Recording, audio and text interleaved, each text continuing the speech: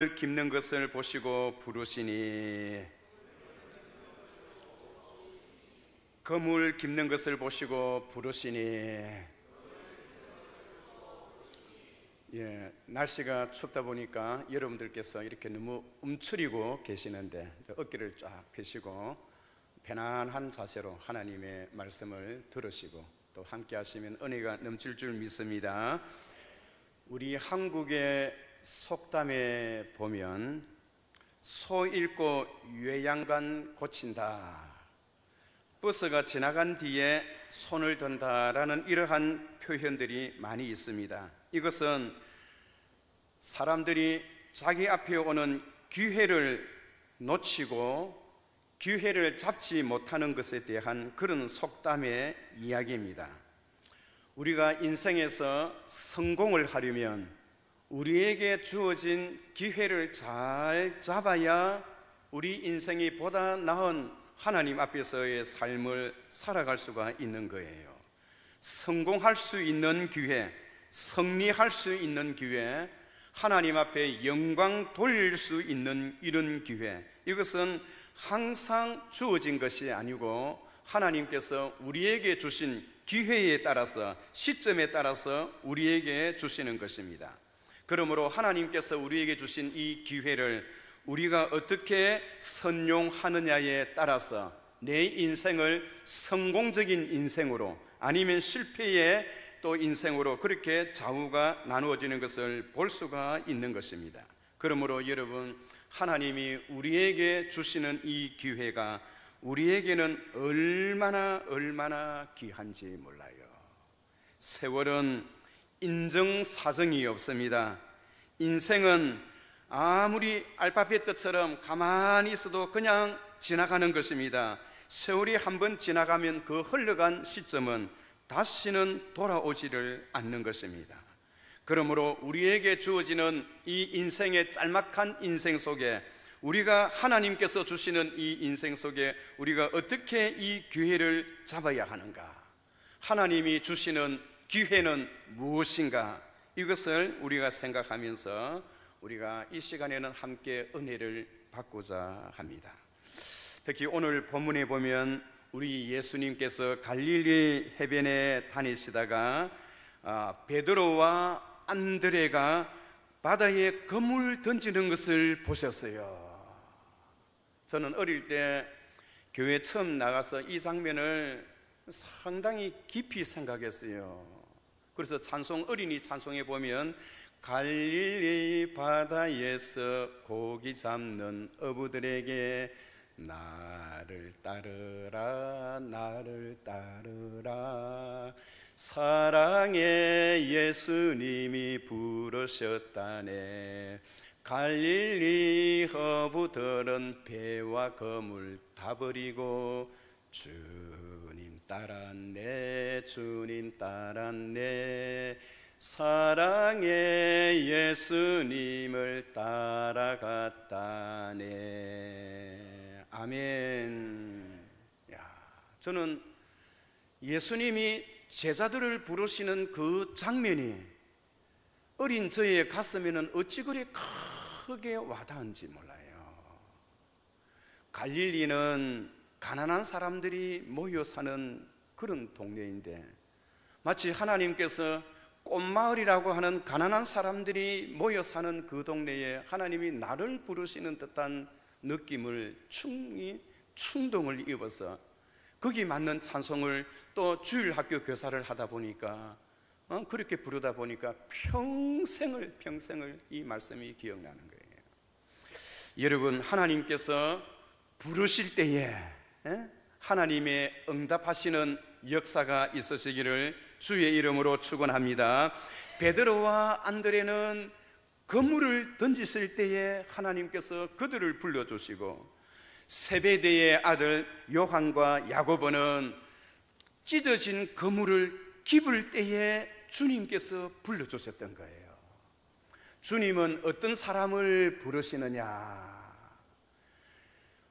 무슨 일을 하더라도 자신의 일에 충실한 사람, 열심히 부지런한 사람, 이런 사람을 하나님께서 불러주세요.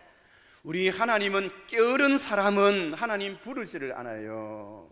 우리가 새벽마다 잠언서를 이제 시작합니다마는 좀 더 자자, 좀 더 잠 졸자, 좀 더 눕자 하는 이런 게으른 뱅이들은 가난이 도둑같이 온대요. 가난이 도둑같이.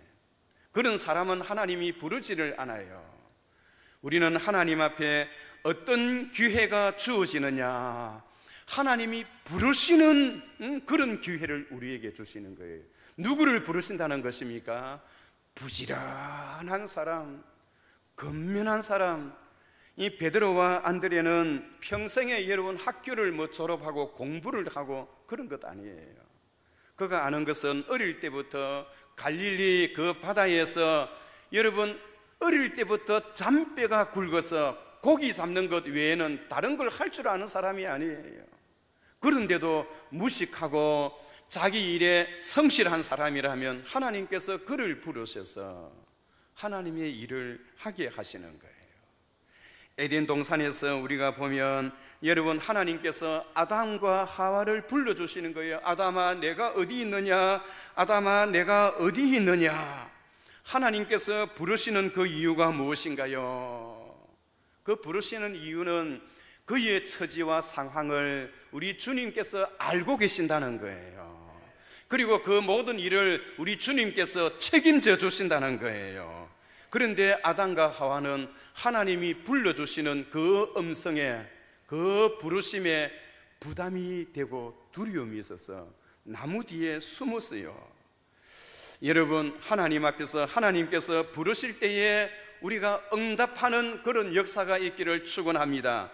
이사야 선지자는 오라 우리가 서로 변론하자. 너희 죄가 주홍 같을지라도 눈같이 희어질 것이요 진홍같이 붉을지라도 흰눈같이 양털같이 희게 되리라 라고 하셨어요. 주님이 부르실 때에 우리가 응답을 하는 것입니다. 그렇다면 주님은 우리를 어디에서부터 부르실까요? 죄 가운데 있을 때에 주님께서 우리를 불러주시는 거예요.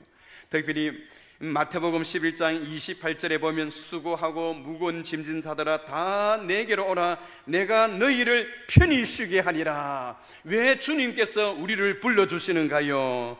주님께서 오라 하실 때는 우리의 모든 죄를 다 용서해 주시려고, 우리의 죄를 덮어주시려고 주님께서 우리를 불러주시는 거예요. 주님은 우리를 어디에서부터 불러주시는가요? 사탄의 결박에서부터 주님은 우리를 불러주시는 것입니다. 인간은 아무리 힘이 있고 지혜가 있어도 여러분 사탄을 이기지를 못해요. 여러분 사탄의 그 매혹적인 그 유혹과 사탄의 그 꼬임수에 넘어가지 않을 사람이 없어요. 그런데 우리 힘으로서는 사탄을 이길 수가 없지만은 그러나 주님이 우리를 부르실 때에는 그 사탄을 대적하고 이길 수 있는 힘을 주시기 위하여 우리 주님은 우리를 불러주신다는 겁니다. 여러분 주님은 또한 우리를 어디에서부터 불러주시나요? 육신의 일을 위하여 수고하는 데서 우리를 불러주시는 거예요. 우리가 직장 생활을 하고 사업을 하다 보면 여러분 육신이 얼마나 피곤하고 아픕니까? 여러분 정신적인 고통이 육신적인 고통보다 크다라고 이야기하는 사람은 육신의 고통이 얼마나 큰가를 경험해보지 않은 사람들이에요. 하루 종일 무거운 짐을 나르고 땀을 흘리고 그 위험에 도사리는 그 부분 속에서 시간을 견디면서 살아가는 사람들, 육신의 피곤함과 지침 속에서 우리를 불러주시는 그 예수 그리스도. 오늘 주님께서는 저와 여러분들에게 여러분 삶의 안정을 주시고 죄의 속량으로부터, 그리고 뿐만 아니라 우리의 사탄의 올무에서부터 우리를 해방시키시려고 지금도 우리를 부르고 계신다는 사실을 믿으시고 아멘 하고 대답하는 우리들이 되시기를 축원합니다. 한번 따라합시다. 아멘. 주여 내가 여기 있나이다. 나를 부르소서, 나를 보내소서. 이사야 선지자의 그런 고백이 저와 여러분들의 고백이 되시기를 바랍니다. 두 번째로 우리가 생각할 수 있는 것은 우리 주님은 우리에게 어떤 기회를 주시느냐, 불러주시는 기회가 있는가 하면 두 번째는 우리에게 주시는 기회가 있어요. 우리는 주님께서 우리에게 주시는 기회를 결코 놓쳐서는 아니 되는 것입니다. 우리에게 무엇을 주십니까? 구하라 그리하면 받을 것이요, 얻을 것이요, 찾아라 그러면 찾을 것이요, 문을 두드리라 하면 열릴 것이니라. 사모하는 영혼에게 만족을 주신다고 말씀하고 있는 것입니다. 사랑하는 성도 여러분, 그러므로 주님은 지금 우리들에게 열심을 다하여 하나님을 섬기고 하나님을 찬양하고 하나님을 가까이 할 수 있는 그런 기회를 우리에게 주고 계신다는 사실을 여러분 기억하시기 바랍니다. 하나님께서 우리에게 주시는 그 기회를 우리가 잘 포착하여 하나님 앞에 감사한 마음으로 받아들여야 합니다. 주시는 것을 받으면서도 감사하는 마음이 없다면 여러분 어찌 그를 여러분 사람이라 할 수가 있겠습니까? 하나님은 오늘도 우리들에게 주시기를 원하세요. 하나님이 주시는 것으로 영적인 영육 간의 강건함을 주시고 물질을 주시고 건강을 주셔서 그 주시는 것으로 하나님 앞에 영광 돌리시기를 우리 하나님 원하고 계시는 것입니다. 그러므로 저와 여러분은 하나님이 주시는 그 기회를 가지고 어떻게 선용해야 하나요? 예수께서 나와 일러 가라사대 하늘과 땅의 모든 권세를 주셨으니 그러므로 너희는 가서 모든 족속으로 제자를 삼아 아버지와 아들과 성령의 이름으로 세례를 주고 내가 너희에게 분부한 모든 것을 가르쳐 지키게 하라. 볼지어다 내가 세상 끝날까지 내가 너희와 항상 함께 있을 것이니라 하시니라. 아멘. 마태복음 28장 18절에서 20절의 내용이에요. 주님은 오늘도 저와 여러분들을 통하여 복음 전파할 수 있는 그런 기회를 주시는 것입니다. 한 율법사가 예수를 시험하여 묻되 선생님이여 율법 중에 어느 것이 크니까?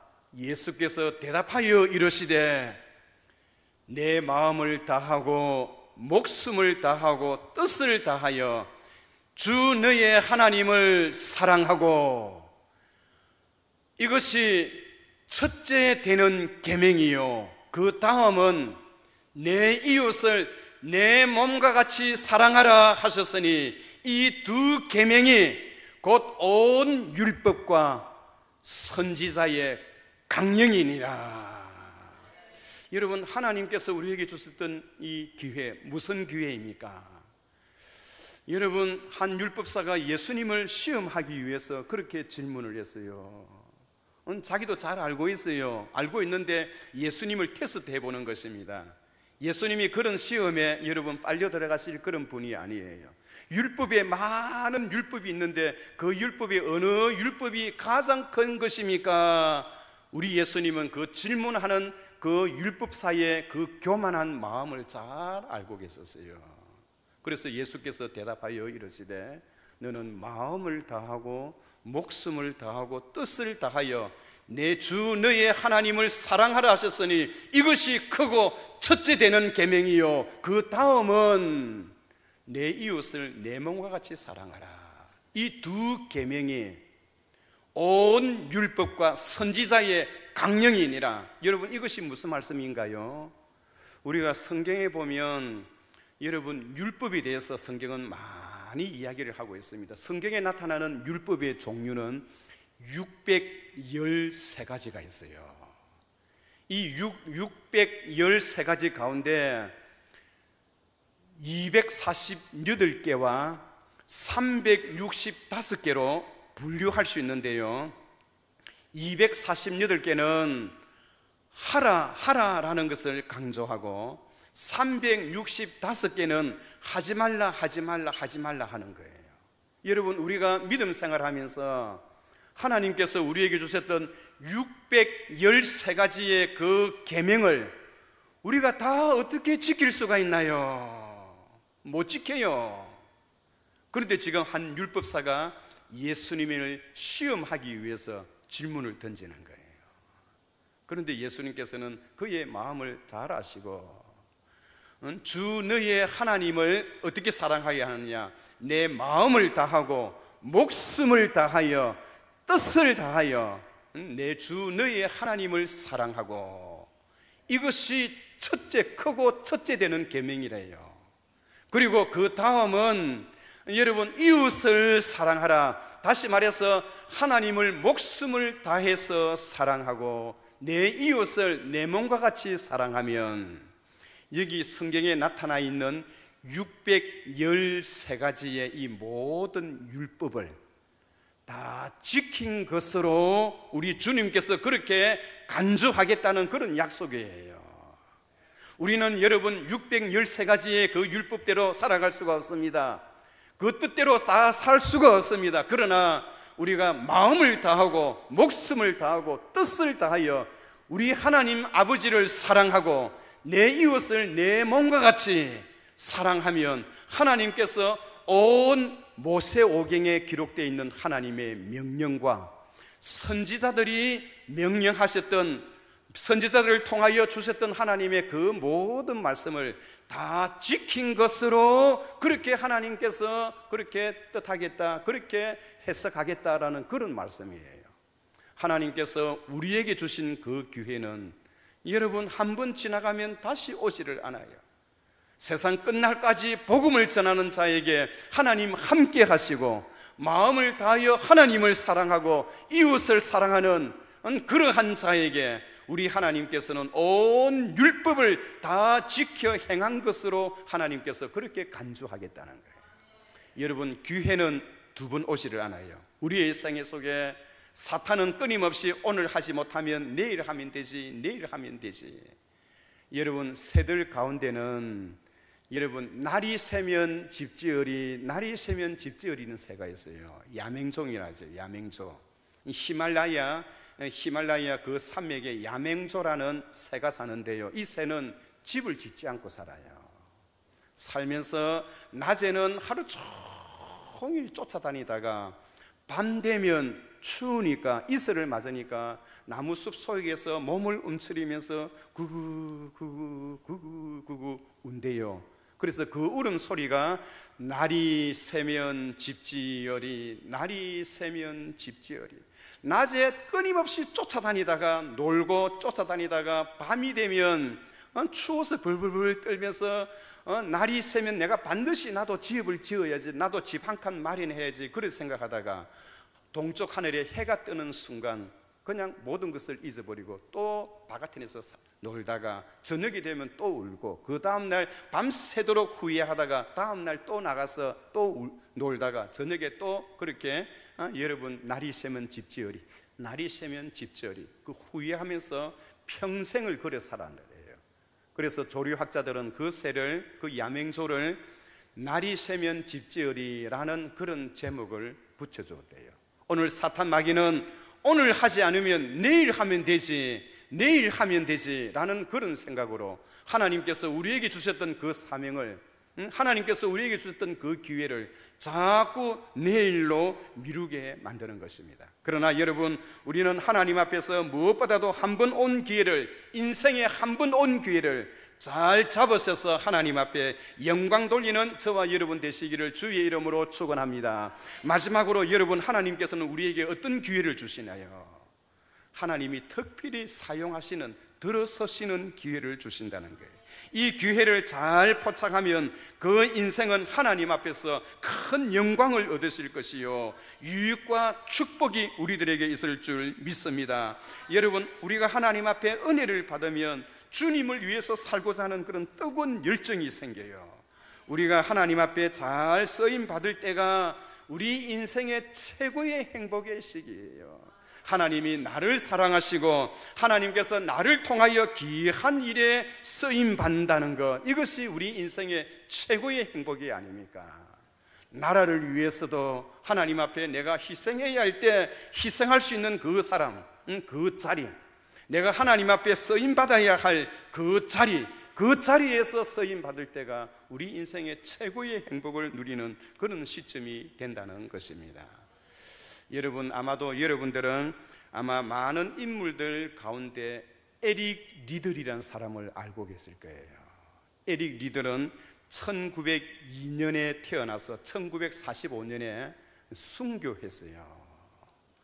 일본 교도소 안에서, 일본 감옥 안에서 복음을 전가한다는 그 이유 때문에 결국은 그렇게 아깝게 43살의 젊은 나이에 이 세상을 떠난 분입니다. 그는 그의 고향은 스코틀랜드이지만은 그의 아버지가 선교사이기 때문에 중국에 와서 중국에서 태어났어요.